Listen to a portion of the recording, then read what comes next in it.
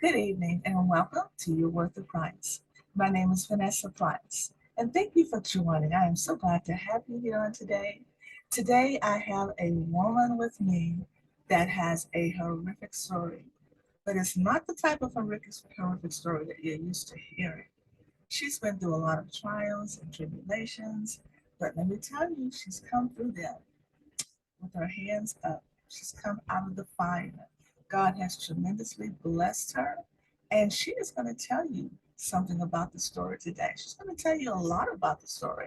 So let me go ahead and introduce you to her.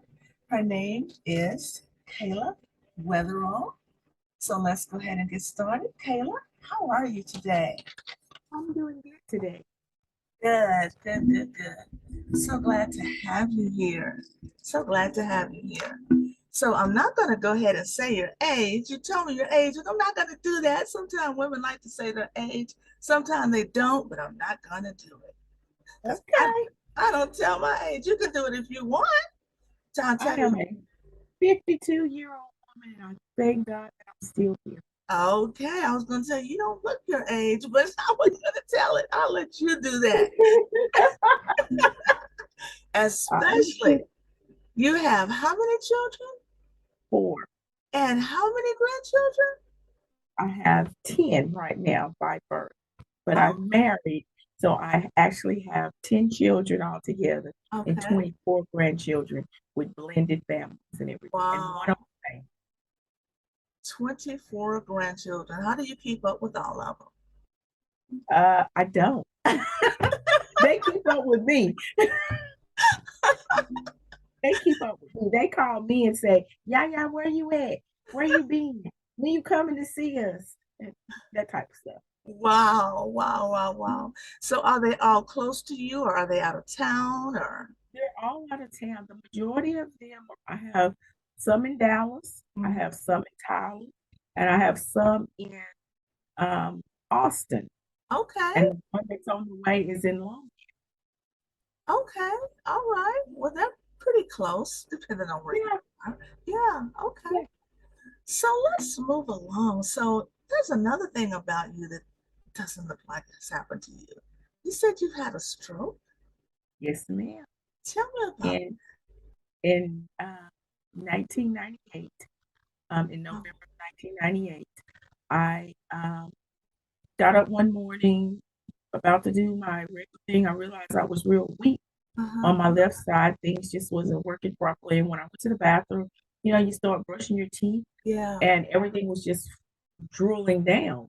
And I looked up in the mirror because I hadn't looked at it yet. And I was like, oh my God, what's going on?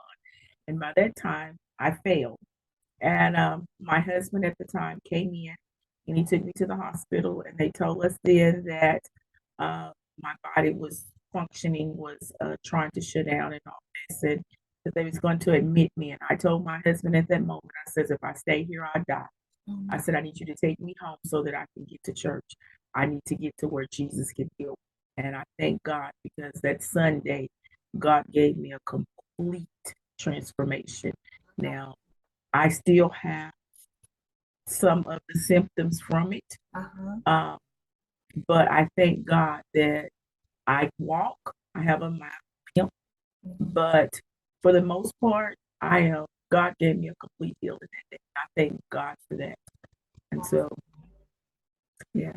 And what made you feel like you were going to die if you had stayed at the hospital? You just felt it? I just felt like it. I just felt like if I had stayed there and man said what man was saying, Mhm. that I would not be here today. And so my faith is if God, whose report shall I believe? And I'm that one that's going to always believe the report of the Lord. And I felt like if you get me out here, I know this was a Thursday. And I Mhm. told my husband, I says, I need to get a message to the man of God and I need to get to church. And when I talked to the man of God, he says, just be here Sunday morning. And I tell you, God did. I think I was out. I cannot tell you what he preached that day. He laid hands on me and I was out the entire service. But God did a transformation. I could feel the wind of God, the breath of God blowing through my body. And it was as if he drained everything out of me. and then the wind started at my feet and blew everything back in, and I've never been the same since. Wow. Mhm. That's the way he works too. Yes, Feel like yes, touch the hem of his garment. yes, and that's exactly how I felt. I could tell people now. I know what it feels like to say the woman with the issue of blood that if I could just touch the hem of his garment, and that was my prayer. And so now everybody says you just have that crazy faith. You're crazy. That's all I right. said, you're right. I am. That's the kind of faith you need. The crazy faith. Yeah. Absolutely. Absolutely. Wow. Okay. So what happened after that? Did you divorce your husband, or how did you end up in domestic violence or Well, the domestic violence actually started prior to that. I had been with my older children's father for 11, 12 years. And it was a physical domestic violence. I thank God for it. I still have the scars. I have a scar in my eye. And I was praying and I said, God, what is this about? And he said, I left that there because I have a cut over that eye and a scar inside the eye. It's actually a brown mark inside my eye. He said, that's to remind you of where I brought you from. mm, And I thank God for that because God has delivered me totally. And people say, how can you still have a conversation with that person? How can you still talk to him and everything? I said, because it's like this. If I hadn't forgave him, I never could have moved forward. I would have always allowed him to have control. Because when you don't forgive a person, you give that person control over your life. And then my first husband, it was a verbal abuse.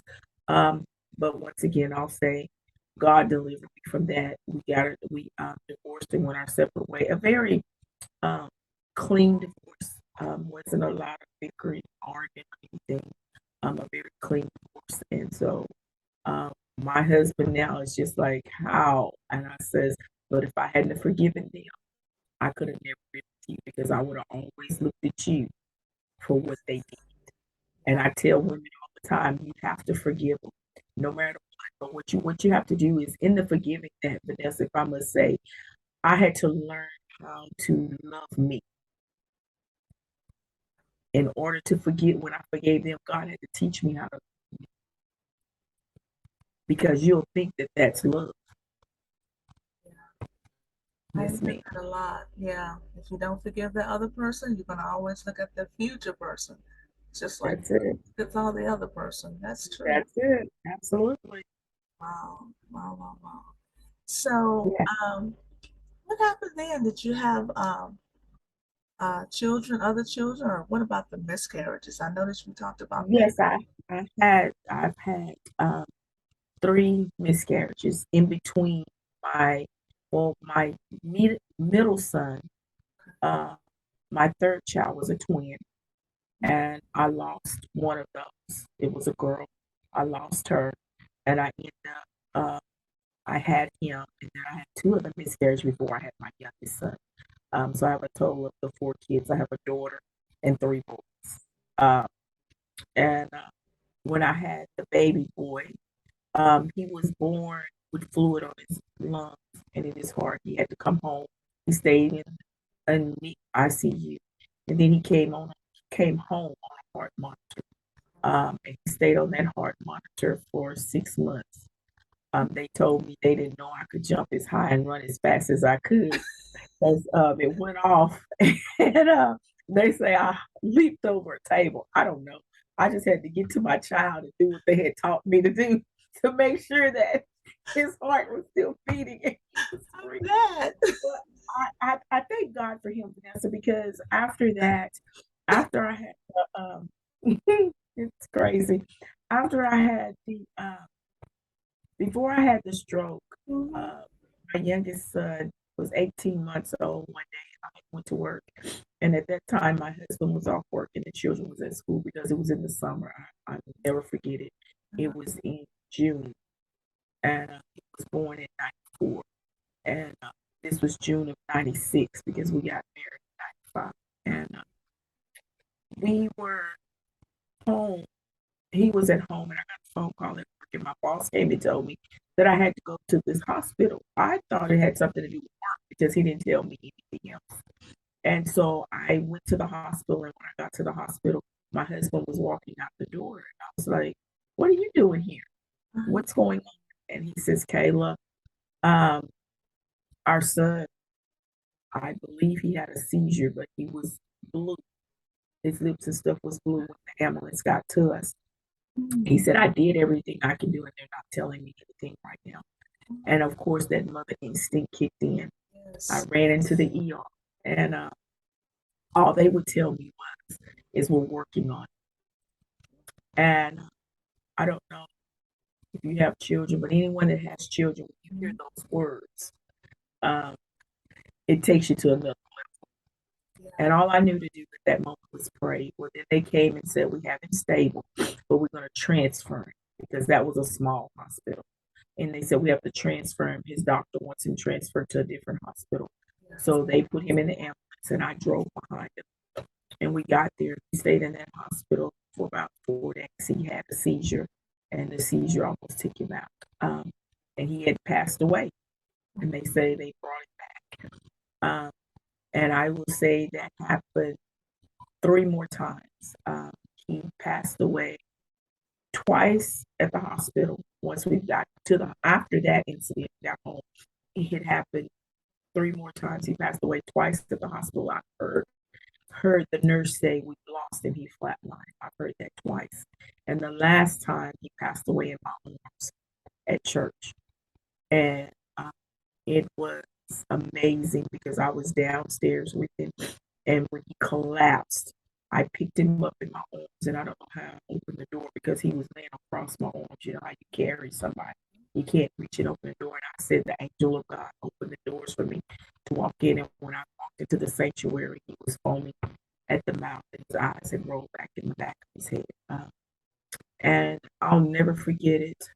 The man of God came over and stretched out on him. He told me to lay on the pew, and he stretched out on him. And I thank God for my son because at that time he was 4. And at 9, came to me and says, "Mom, I got to be baptized. I've given my life to God. I'm going to be baptized. And I'm not taking any more medicine. I'm done with it. God's going to heal me." And people says, I called this doctor, Vanessa, and his doctor said, "Well, Kayla, I don't want to kick against his faith, but we're going to keep the medicine and we're going to see what happens." But I tell you, he was 9 years old. He got baptized. My son has had one seizure since then, and that was at the age of 14. And he has not had another one. He played football, baseball, golf, everything that he wanted to do. And I thank God for him because he was a light. But I tell you, I know we got other things to talk about, but I'm going to skip to 2017. Um, no, no, that's another child. I have to think because God has done so much for me concerning my children. But in 2020, that same son was getting back at work, getting back on the dock one morning, and an 18-wheeler rolled back and crushed his leg. And we ended up at the hospital in Dallas because he works in Dallas. He lives in Dallas. We ended up at the hospital there, and they came out and told us they didn't think he was going to make it. They were going to have to cut his leg off and all this other stuff. And me and his wife was crying. I don't know what I'm going to do. And I said, "You're not going to have to worry about it because God's not going to take him." I said, "Because God promised me that he would live. He promised me that he had a work to do." I said, "And God is not a man that he can lie. So he has to do what he says." Mind you, that happened on June the 17th in 2020. I had just had back surgery on May the 6th, 2020. So I was in a back brace and everything, sitting outside of Baylor Hospital in Dallas because you couldn't go in because of COVID. And when they came out and told us that at that time he had had so much anesthesia because he had been in surgery for over 12 hours. They were trying to repair the arteries and the veins in his leg because it crushed it off. And I started praying. They said that I walked my sister, God rest her soul, because she's gone on. Um, they say I walked and prayed and walked and prayed and walked. And I remember telling God, "God, you're not a man that you can lie. You promised me Yeah. that he would live. He promised to me at 4, gave him back to me that fourth time, that he shall live and not die. I said, I do not believe that you brought him this far, that now he's giving his life back to you and he's starting to move in the vein that you called him for, that you would take his life. But if I tell you today, that same young man that they said would lose a leg is walking, living his life, coaching his son's football team, Wow. coaching his two sons basketball team. God. That same young man that died 4 times before he was 5, that's been crushed by an 18-wheeler, to this day is still living. And all I can tell people is, don't judge my glory till you know my story. I know it. And that's just one of my children. That's right. So I'm sorry, I kind of went ahead. No, that's okay. People need to hear that. Yeah. That's a story people need to hear. Yes. That's right. But then, you know what? You said other people were praying for your son and been laying hands on Yes. you. But you Yes. Well, we're getting ready to tell them that mom was a preacher too. Yes, mom is a preacher too. I was licensed in April of 1998, April the 11th. I'll never forget it. I was licensed in April of 1998. And I tell you, I do have some PK kids. My kids tell me all the time, it's hard out here for preachers' kids. Life just not easy. And I look at them and I laugh about it because, the story about pre-K kids can be some of the baddest kids. My kids gonna kill me when I say, but they've been some of the best. Because the thing about it is, this is it, Vanessa. The devil will try it when he can't get to you directly. Then he's going to use the closest things to you. That's right. And that's exactly what he did, because my middle son had his first seizure at 15. Never had a seizure in life. Sitting in a classroom and had a seizure. That son has been on ventilators and breathing machines off and on more times than I can count. Was in college and had to leave college because they said he was having seizures and he was a liability to the college. So he had to leave college. He couldn't stay on campus and everything. Wow. So I tell people all the time, don't count out until you know what's going on. My oldest son was in a car wreck December the 17th, 2014, that crushed his pelvic bone completely and had swelling on the brain. And at that time, they told us that they didn't think he would ever be the same. But that young man has had his pelvic bone. He ran track and they told him he wouldn't run again. He may not be running 800 meters under 2 minutes now, but he's still running. And now he's working in the oil field. And he had what they call short-term memory loss, and he couldn't remember anything. There was times that I'd go up there and he didn't even know who I was. He didn't recognize me, his grandmother. He would call us on the phone and tell us something, and then when we get to the hospital, he'd say he hadn't talked to us and everything. But I thank God right now, he's up, married, with 3 kids of his own and 3 bonus children, and working and taking care of his family. So don't tell me what God can do. I'm a living witness of what God can do. I look at my daughter who is thriving in life right now. Who also, they said, had a TIA. She was 9 years old. When the baby boy had the stroke, had the seizure, we was at the hospital with him. She was at home. The next morning, we got a phone call from the neighbor saying her whole face had shifted and they didn't know what was going on. And we end up going to hospitals and doctors and everything with her. So now I'm battling 2 children and not knowing if hers was behind stress, because she held it together. She was 9. She called 911, talked to the ambulance, told them how to get there, told them everything that was going on, took care of her other 2 younger brothers while we were gone with the other one, and so much stress set in on her. So I tell people all the time, let me tell you something. But I must say, in everything that I've been through, Vanessa, I wouldn't change it for nothing. I wouldn't change my life for nothing. I can understand that. It's still a blessed life. It's a blessed Yes, it is. life. It is a Yeah, blessed life. yeah. It's a blessed. And you have a blessed story to tell that would help other Yes, people to get through. yes, ma'am. Yeah. Wow. Well, I understand that you also are a writer. Well, no, I'm not going to ask you. Have you? You have written some books. Tell me Yeah. about those books you have written. The first book says phenomenal. I'm still standing. Mhm. I should have had them over here with me. I'm looking at them on my bookshelf. Um, but that book, it's about what God had brought me through as an adult. It talks about how I was molested.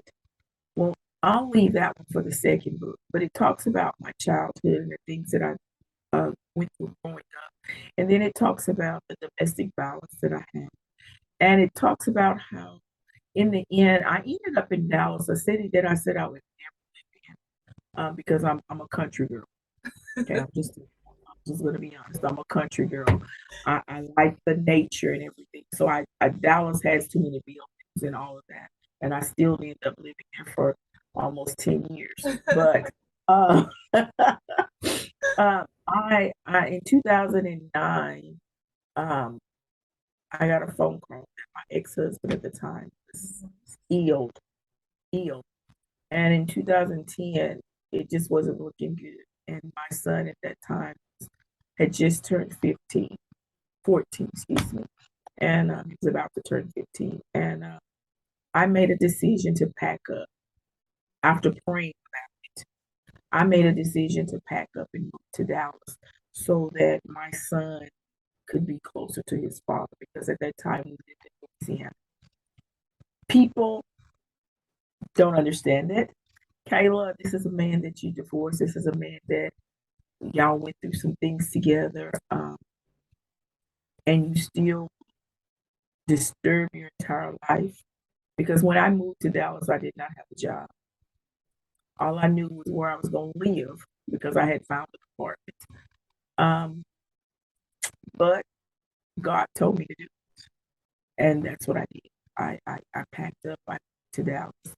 Um, my son and his father has a great, awesome relationship, and I owe that to being obedient to the Holy Ghost. His father is alive and well. He tells me all the time. He says, "I know it's your prayers.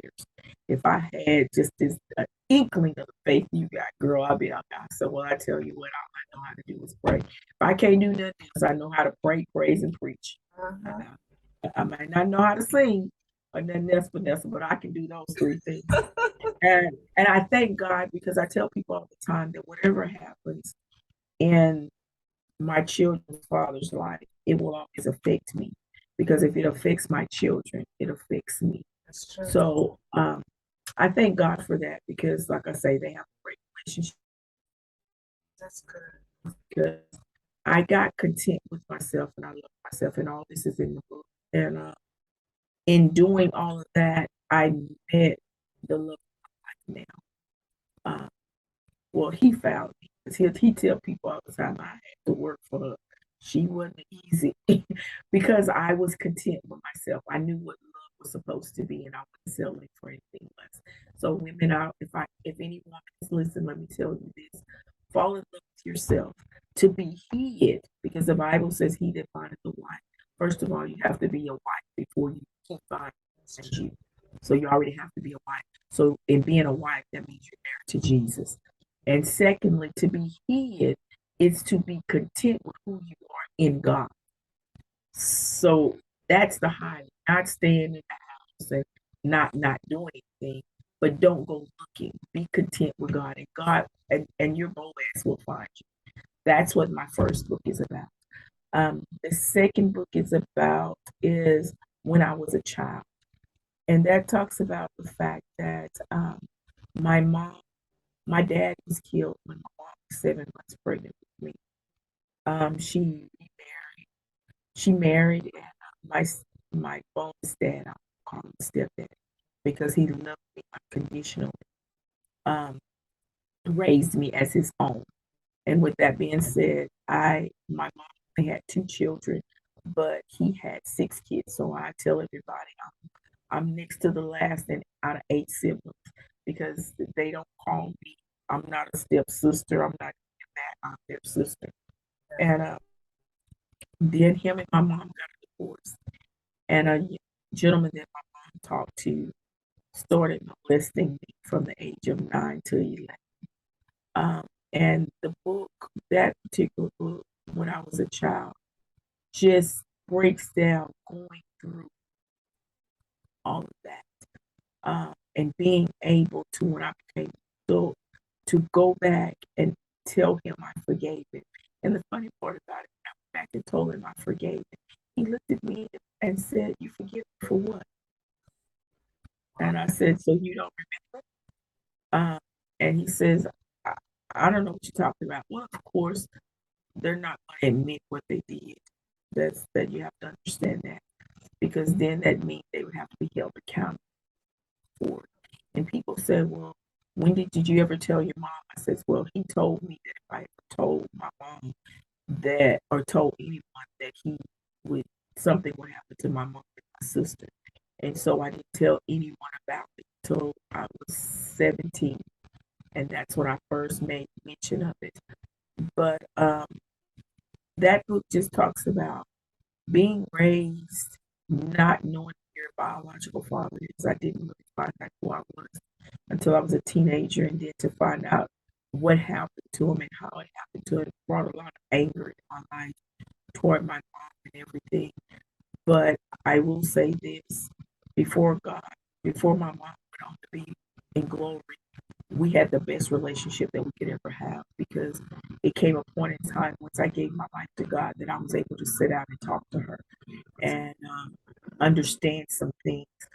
Because as a child, all we see is something was taken away from us. And the reason it was taken away was because of somebody else. You hear the stories everybody else say, but it's not until you sit down and talk to the person that was actually there and get that story.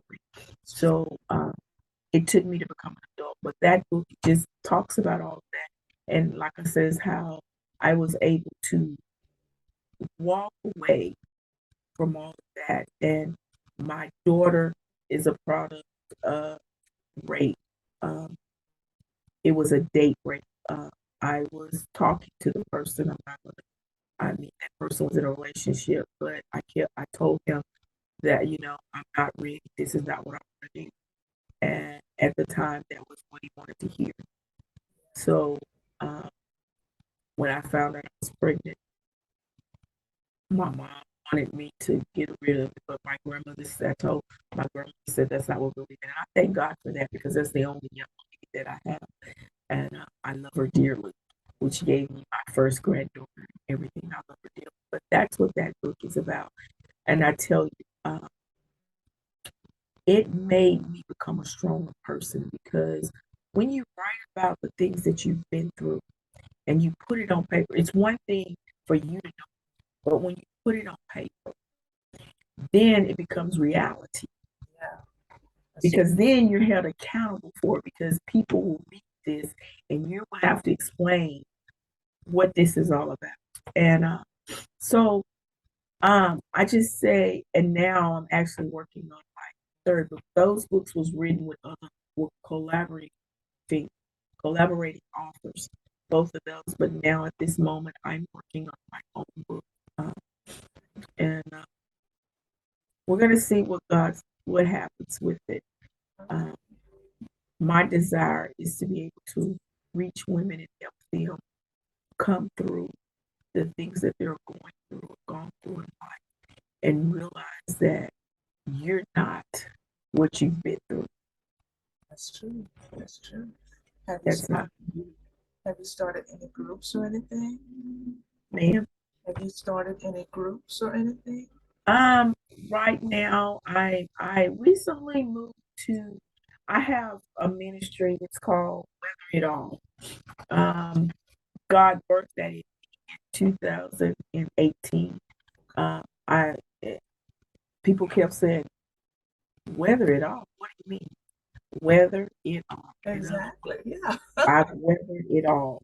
Mhm. I remember God first to get to where the fruits is. When God first called me, when I first preached, because it's funny, Vanessa, because my pastor stood up and he said, "We're going to have a women's revival, and this person's preaching, this person's preaching, this person's preaching." And then he looked at me and he said, uh, "You gonna preach?" And I kind of looked at him because I'm thinking to myself, "Who, me? I ain't gonna tell you God called me to preach. What you talking about? I'm not preaching." So he said, "Well, you gonna preach Friday night." And Friday night is normally the big night of the revival. That's the closeout. So now I'm really confused. So I go home and I start praying, and I'm like, "God, what's going on? This is not what I want to do. I I never said I wanted to be up there. I don't want to preach." And at that moment, Vanessa, I told God something. Y'all be careful what you say to God. I said, "Lord, ain't nobody gonna hear me. I'm a street girl. I'm a girl that used to walk the street. I'm a girl that was in a gang. I'm a girl that was homeless for a while." And all that's in the books too, because I was homeless there for a while in my life, and I lived on the streets. I used to be in a gang. I know I don't may not look like it, but I was. The things like I say, you're not who what you've been through. But I said, "God, they're not gonna hear me." And so I went on, and when I preached that Friday night, my pastor said, "You're gonna go out to this nation helping women uh, come out of what they're going through or what they've been through." And I messed around and said, "Lord, I ain't been through nothing. How am I gonna help somebody?" Woe be unto me. Because after that, I think the devil said, "Okay, I got her now. We're gonna see what she got to say." But I thank God for it. The I work with a group out of Longview that's called Reaching Hurting Women. It was founded by a young lady named Evangelist Stephanie Florence. I work with that group.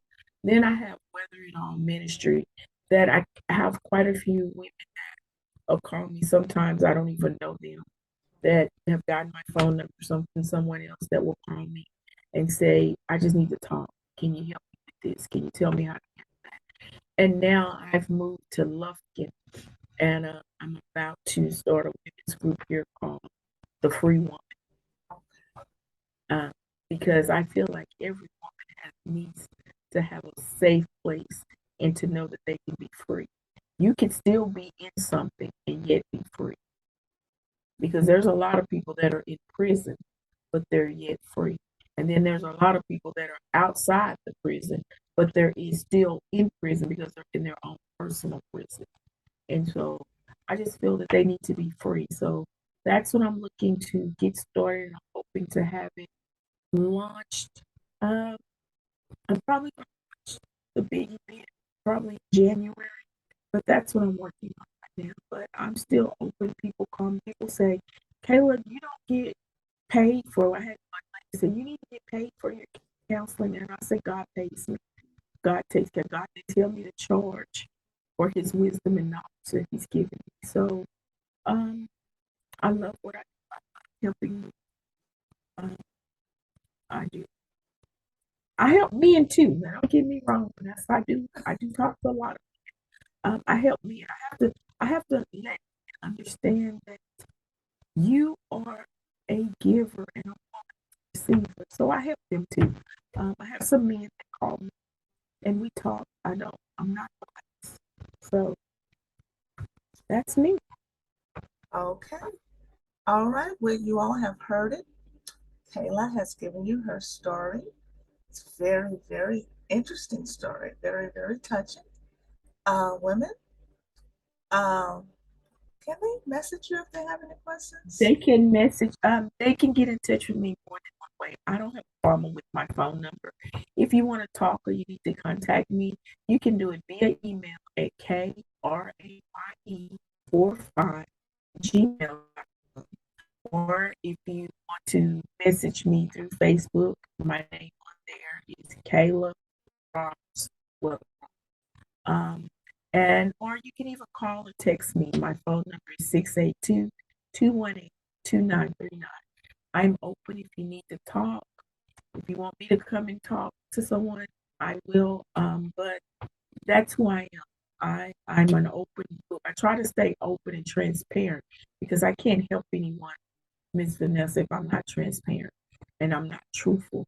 I didn't share this with you, but I've been in a mental institution for 7 days in 2019. I had a breakdown. And I asked God when I got there, why am I here? Because it was court ordered. It wasn't because I felt like I needed to be there. They tried to say that and, and that I was bipolar and all this. And God said, I needed you to see this. And I told the people there when I got ready to leave, I said, this place will not stay open. I said, because the way you treat these people, God said, I'm not going to allow you to stay open. That business shut down 2 weeks after I left. But I stay transparent because I want people to know you see me now, but if I can tell you my story, it can help some other to become the woman that they need to be or to come out of what they've been through or what they're going through. I'm open for that. So y'all reach out.